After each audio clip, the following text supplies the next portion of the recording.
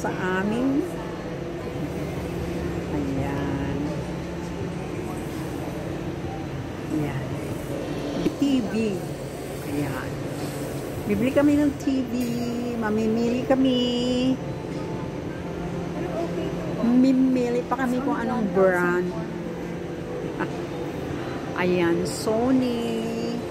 Na ilang inches ba to?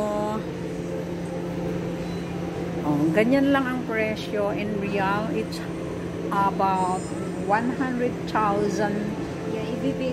pesos. Mayet will going to have for his her daddy. Ate, kunin mo ito, ate. Okay. Yeah. Teka, sandali lang. Ayan. Ang laki-laki oh. Ang laki-laki oh.